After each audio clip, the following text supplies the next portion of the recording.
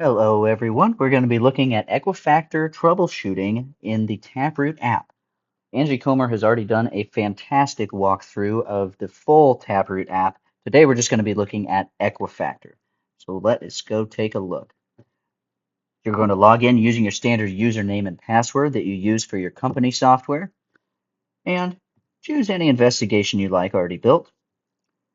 This will be in your drop-down menu, and if you'll see, we have Equifactor right here. We don't have an Equifactor analysis created, so let's make one.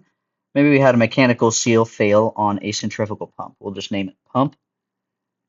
And now we see all of our standard tables, our equipment, valves, electrical, failure modes, and failure agents, which I will cover in a later video, and then any custom equipment tables your company has developed. Pumps are going to be under equipment. We can scroll down to pumps and select that because that's where we're having our problems. We know it's a centrifugal pump. We can click our right arrows to come to the symptoms. Now this particular one is, let's say it's short mechanical seal life. We're going to scroll through all of the symptoms down to short mechanical seal life. That's what we're looking at. That's all we care about in this instance.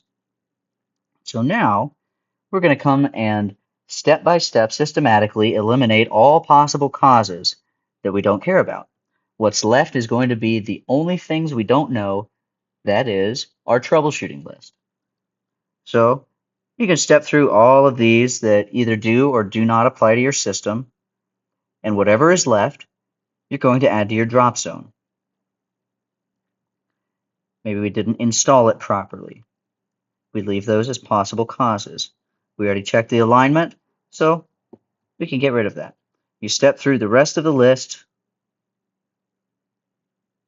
and whatever is left, that's what you do for your add to your drop zone. So let's say these three possible causes are the only things we haven't checked or the only things we don't know without tearing the pump out. So we've selected them, we've added them to the drop zone, and so now we come over to selections and we see there's our symptom, and here's our three possible causes. Hey, we've actually checked everything else that was easy, and this is what we want to plan out to make sure that we don't miss anything.